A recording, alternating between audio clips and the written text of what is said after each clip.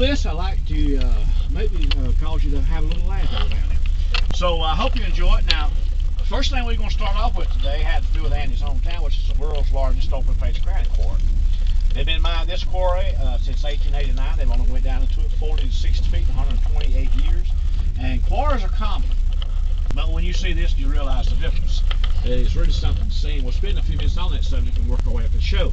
Now, across the street's a little church built out of that stone in 1904. Now, the way that was put together was accidental, though some folks think that was somebody's divine design. But no, in 1904, the best they could do was blow the stone out of the mine and drag it over here and throw it together like a jigsaw puzzle. But it turned out to have some pretty character for a church. So we're going to see more like it. We also going to see it change. Then we're going to work our way up to that and get started. So, folks, are y'all ready? Yes, sir. Let's go get somebody then. All right, now, citizens arrest! Citizens arrest! Where'd Barney go that illegal U-turn? Citizens arrest! One of my favorite episodes of Double Hauling at Barney. But as you're riding along, notice in the homes how much that stone you see in steps, porches, windowsills, and so forth, foundation. Look at this house to your left. Yep. Now, when they first began mining in 1889, they did that all around town in private residential use. That's how it became known as the Granite City. But after the Great Depression in the 30s, they went south because the stone got so expensive nobody could afford to build a house of it. So most of these homes are pre-30 construction that you see the stone in. Now that church there looks a lot newer than that back there, doesn't it? Yeah. Only about 6 years. That was built in 1910, and after 1904, when that back there was constructed in that jigsaw puzzle type fashion, somebody developed the first saw to cut it. So that's got a uniform design where that back there, you just throw it together the best way you could. Now, according to NASA, the astronauts can see the quarry from outer space. That's how large it is. And again, you can find the stone across the nation of a name. And a few years ago, my wife and I was up in Pennsylvania, and we stopped at the Hershey Corporation and realized they built a brand new corporate headquarters building out of stone. Was we impressed? Not really. When you live in the Granite City, everywhere you look, you got stone in front of that house. You got stone over here on this wall. You got stone over here on that corner. And everywhere you look, there's something made out of granite around here. It's not a big deal, but I noticed it. It's got the random cut to it. Yep. That was built in 1903 for this interesting reason. When they first began mining in 1889, the hardest problem the company had was keeping employees because the work was so hard, so dangerous. Every other one they hired would work a few days and quit, so they built the church in 1903 hoping it might be one way to help retain employees to the mine. Did that work? I ain't got a clue. But as you can tell, it is still an active church today, and back in 1954 they added onto it with the more precision cut stone. But they don't have the character the old sanctuary's got though. Now, around the curve out here to the left is their corporate office built in 1928, and you'll see the year stamped up on top of the entrance when you go by it. Now, my dad worked here from 1947 to 1977, so I was raised on the property as a young boy when they had houses. All that's gone now. But I spent a lot of days on this quarry as a young boy having a lot of fun, but that meant at nighttime, I usually spend a lot of time in the woodshed because it wasn't supposed to be on. You'll start seeing the quarry all right to your right. Oh, yeah. Now, right where they're at is estimated to be between 6 and 8,000 feet deep. And they said that 500 years from now, if the earth was still standing, they'd still be mining this quarry right here. That's how much stone is still. Most quarries are real deep because they're discovered on a small deposit of stone, meaning they got one direction to mine, which is straight down. And they're mining at 8,000 feet deep. And they said that 500 years from now, if the earth was still standing, they can still be mining this quarry right here. That's how much stone is still left here. But now the reason it's not deep and it takes that position as the world's largest is the amount of stone in this area. Most quarries are real deep because they're discovered on a small deposit of stone, meaning they got one direction to mine, which is straight down. And they're mined to the point to get way too dangerous, so they can't keep a water pump out and they gotta close them. This span actually extends out 7 miles long and 4 miles wide. So it's such a wide amount of stone in the area all around us that on this quarry they're able to strip mine it back and forth. They don't have to worry about running out to the side. So that's why it's not deep. It hasn't changed hardly a bit since I was born and raised here. Now what they simply do is they take water jet drills and drill holes around the perimeter of the stone. Then the explosive guys will come in and take explosive and set charges to all those explosive, and they'll crack those holes together. And that's what they call cracking the ledge, and it separates the big blocks of stone away from the quarry. Then they take them to the mills, which are mostly equipped with diamond tip saws of all kinds, and they cut stone that goes all across the United States to build bridges and highways and headstones and countertops. But a lot, I mean a lot of memorials and mausoleums around the United States in honor of, like, FDR in New York, the Dodge brothers in Michigan, the Mormon Church gets stone out here to build their churches out in Utah, Fort Knox, Washington, D.C., off the Outer Banks of Carolina. You got the Wright Brothers Memorial, but all on across the United States of America, and in some places of the world you can find this stone by name. Now, nothing's wasted out of this quarry. They still make gravel for highway use. They still bag up what we call turkey and chicken grit. Those is used poultry farms. The dust is used to make cement. So it's amazing to a lot of people how many products you can come up with out of just a granite quarry mine. Long and 4 miles wide. So it's such a wide amount of stone in the area all around us that on this quarry they're able to strip mine it back and forth. They don't have to worry about running out to the side. So that's why it's not deep.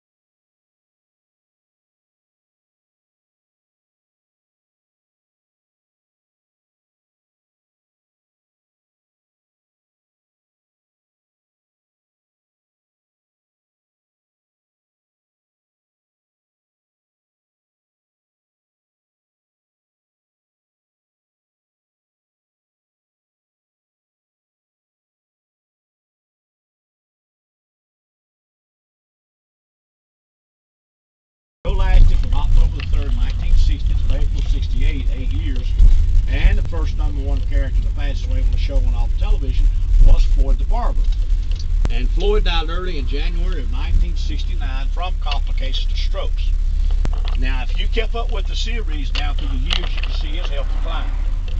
Because the first 3 seasons of the show, Floyd was real active on the set, running around doing all kind of things.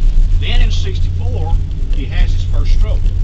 After that stroke, he never takes another step. He's always sitting in his chair, out front on the bench, in the courthouse, in cars, and occasionally after '64, you might see him standing. He's always close to something or somebody to hold on to. Now here's the things to watch for. If you know he can't walk anymore, watch some of the scenes they set up for him. He's standing next to the courthouse entrance. They take the camera off of him, and all of a sudden you hear footsteps. Plop, plop, plop, plop, plop. They'll show him again sitting at the desk, but he never walked to that chair. They made it sound like that, and it did that to make you think that he didn't have issues. But it didn't work because, you know, the first thing he favored was his bad side, and he slurred a little bit. But Andy kept on that whole series through his disability. They said his wife was so grateful to Andy for doing that because in those days they had no contracts. Didn't make a lot of money. She said she was so grateful to Andy for doing that. Now, the next character or actress that passed away was Frances Bouvier, or Aunt Bee. And she was born and raised in New York in 1902, but she settled in Siler City, North Carolina in 1974. She bought a 17-room, 5-bath mansion, sight unseen, never married in real life, and when she passed away in 1989, she left a house full of cats and a '66 Studebaker. 14 of them. I heard 21. I've heard 17. I've heard 21. Ever since we know we was coming, I've been watching every video on YouTube I could find. Yeah. And one of them was about her. Yeah, one of them like almost like 17. Then I've heard 21. We hear a lot of things from people down there from Siler City, but you know you take that with a grain of salt. Oh yeah. But anyway, she was known as the Catwoman from Siler City. Now Andy used to do interviews and share with you stories about Frances and what a great actress she was. And betraying Andy on the show, but you probably if you looked that much up, and you know in reality she was grumpy as she could be. Yep. And a recluse, and her and Andy never got along. And I don't know if they told you the whole story, but you can't prove it didn't get along by the acting. Right. There are 2 episodes that give it away. Oh really? Yeah, there's 2 episodes where Andy's carrying his right hand around with his little finger to splint, and it's straight to his wrist. And in the first episode, they asked him several times when he done his hand, he said, "Oh, I had a little tussle with a couple of cripples." But that ain't true. Between Sexy and Aunt B got into it. Huh. They got in one huge disagreement over something. He got spat there. He turned and punched the doorpost for a wall. He cracked and broke his finger. So they had to wrap it up and carry it to the show like they done some on the show. Wow. Now, Howard Morris, who played Ernest D. Bass, didn't get along with the reading. As I mentioned to you, he was a writer and director for the show. And he was doing an interview one time. He talked about directing her, and he said it wasn't nothing strange, out of the ordinary. Directing her and scene, he said this particular day, for whatever reason, he stopped filming and just simply asked her to do something different. So she got right in his face and jumped down his throat and said, "Oh, you're just making me move because I'm fat." Said very hard to work with her, argumentative, but said in reality she was one wonderful actress. And that's why they tell the stories not to be demeaning to her, but they knew that most people thought real life she's a sweet old lady, but she was just a fantastic actress. Him and his mom and dad bounced around town between relatives. Then in '35, his daddy bought the house for $800, and they lived here. Of course, Andy goes off to college in '44 to the University of North Carolina, received a degree in music, and while in college, he met his first wife, Barbara. Well, after college, they spent the next 2 or 3 years in Goldsboro, North Carolina, teaching school. And at that 2 or 3 year stretch, a while back, I run up on an old interview Andy had done years ago, and he was telling a story about leaving the school. So the last year he taught school, he went up to the principal, turned his notice in, and told the principal, says, I'm gonna take my little comedy act and go across the nation and make a living. He said, that didn't go over too good. He said the principal stood there and chewed him out for several minutes and said, Andy, now you know good and well that's not a proper way to make a living. But as we all know, Andy made that guy eat crow for years, didn't he? Yep. Many times over. Now your 66th year on that sign is the year Andy flew his mom and dad to Hollywood. That's where they eventually passed away and are buried. And Andy called back here that very same year to sell the house, which he did. And it stayed in the private sector until the 90s. Now they have an in-house, the motel chain. And they practically keep that thing booked up just about year round. Very, very hard to get. From here on out, you can about forget getting it unless you got a reserve, for a pretty good span of time. But the interesting story I love to share with people about the house is this.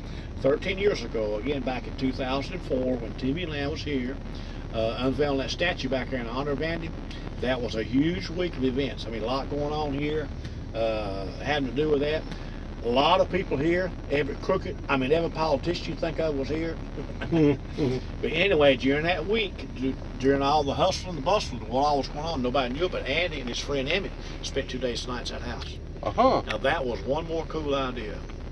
And as well as I know Emmett, I didn't think to talk to him about that story. I wished I had. Beautiful little church, but notice how skinny that thing is when you go by. It's out there and skinny. Yeah, it is. Yeah. What it is, I tell everybody that church has got 2 strong beliefs. And the first one is the close fellowship, and the second one is deodorant. All right, folks, it's right down Main Street here. The 3-story building up here to the right, you'll see local history and art concerning Negan Chain Bunker. It's a Reason Museum. And Donna Fargo's collection is also in there. But again, it's mostly made up of early Surrey County artifacts. As we continue on down Main Street, you're going to start noticing a lot of names associated with the Andy Griffith Show. And some were here when Andy grew up, like the snack and lunch and the barbershop, and a lot of these names have come along the last few years because of the rise of tourism. Like the Mayberry name a lot. You're going to see that a lot. You're going to see Barney's Cafe down here to the left. On down the right, you're going to see Walker's Soda Fountain and Opie's Candy Store. They were not here except for the last 2 years as tourism picked up. Now, the original names come along this way, into the show. Before they filmed anything on the Desilu Studios in California, Andy came home here with some of the writers and gave them a 2-week tour, and during that 2-week period, they wrote the scripted show based on Andy's hometown and the names that you see mentioned on that show. And a lot of the names you wouldn't associate with because you didn't live here, but we associate a lot of the show with real names that Andy used, like his friend Emmett the Fix-It Man. And also, the episode where Opie found a billfold had $50 in it. That guy, I believe his name was Parnell Brigsby from Bannertown. Bannertown's a real community about 5 minutes away from here, and Parnell Brigsby was a real man, a real guy. These days, you don't see that. Hey, everybody wants to sue you these days. I thought that was cuss right there. But that's how it came about, and all the Desilu Studios out in California is gone now. They bulldozed it down, and so what's real about the shows right here on Main Street are over in the AIRY Museum. Down here to the left is the Earl Theater. Don't be speeding now. Don't be speeding. Nip it, nip it, nip it. See them boys speeding on them I bikes. see him. Citizens arrest. Citizens arrest. There's the Earl Theater Andy went to again as a young boy, call it one of the picture show. On down your right is the barbershop where he got his haircut. Right next door to the snack and lunch where Andy used to go in and get himself a nickel bologna sandwich. Sorry to tell you folks, they still got the sandwich, but it's more than nickel. All right, now move it along, move it along. I don't know. How you doing, Jimmy?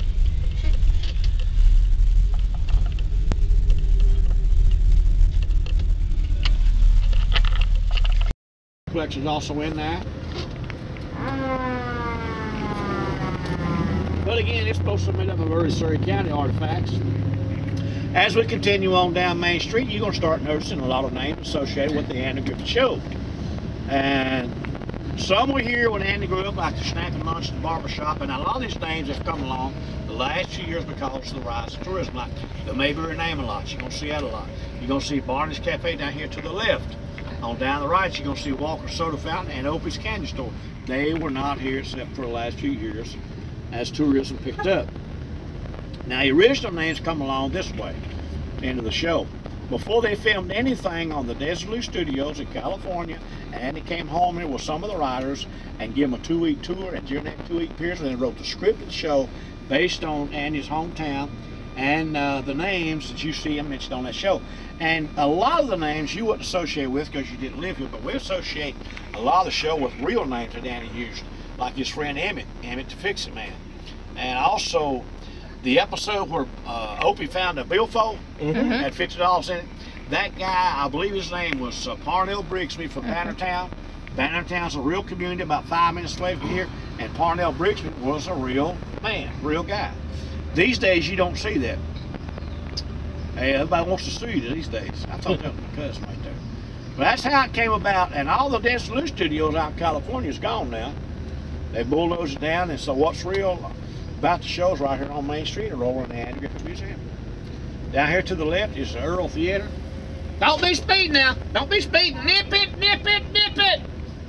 See them boys speeding on them bikes. I see him. Citizens arrest. Citizens arrest.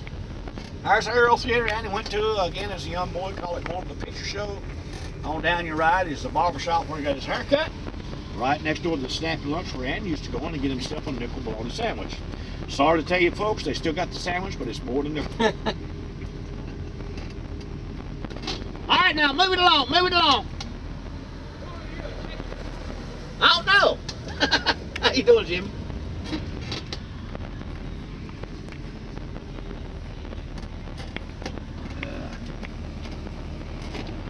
Jimmy! Yeah, and everywhere you look, if you pay attention around this little town, everywhere you look, you see something made out of granite. Huh? Don't be jaywalking now. All right. But the post office over here to the left was built in 1932. Over on the corner when I grew up used to be a service station. And they tore it down in the 80s. They built that more. I think all the stone was donated for that project. But Behind it's the town hall, above it's the public library, and across from that's the police station. But everywhere you look, you got a lot of uses of the North He's Line. jaywalking. Yeah, he is. Citizens Out rights. there? Yeah. Yeah. Well, he was in a crosswalk. We can't get him now. Oh. I never didn't know for a long time what jaywalking was. Jaywalking is where you're walking where there's not a crosswalk. Even though it says you can't walk? Huh? Even though Oh, it you says talking about where the light's not Yeah. changing? I don't know how that works, but usually the jaywalking is where they're walking across the zone. Because it's dangerous if people get run over. Yeah. And that's... Y'all been over to the Andy Griffith Museum yet? Not yet. Well, I'll tell you, if you don't do anything, that's a wonderful thing to do. That's our next stop. Yep. You want to see people jump.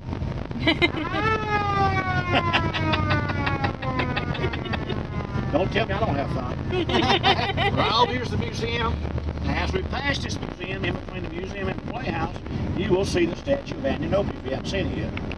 We come through here yesterday and didn't see it, and this morning we come by and said, well, there's the statue. It's so dark. Yeah, that's what I said. Yeah, that was dedicated 13 years ago. And as I mentioned his name a while ago, the way the museum got started was by Andy's best friend of all time, whose name was Henry Forrest. Again, a name he used for Andy to fix the man, but after the show went off television at some point,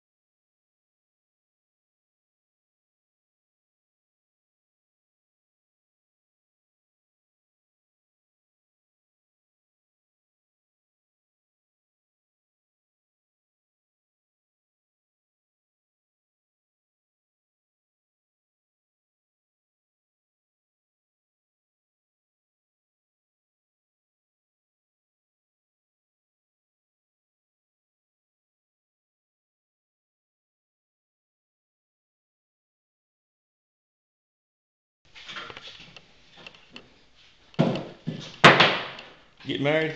Yeah. Everybody keeps asking me when we're getting married. Don't call me in that head with that hammer. That'd be $35.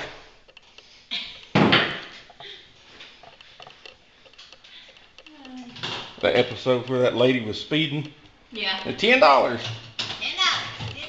And how much are we up there now, Barney? Yeah. $35.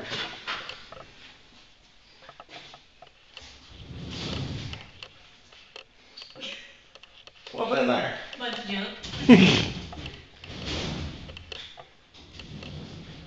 Hey, there's Barney's room over where he slept on that cot. Even though it says bathroom.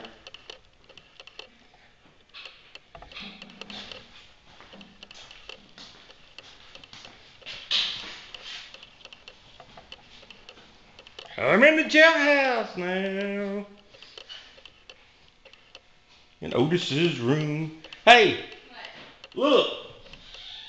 I'm in Otis's room, his cell, and we slept in Otis's room at the motel.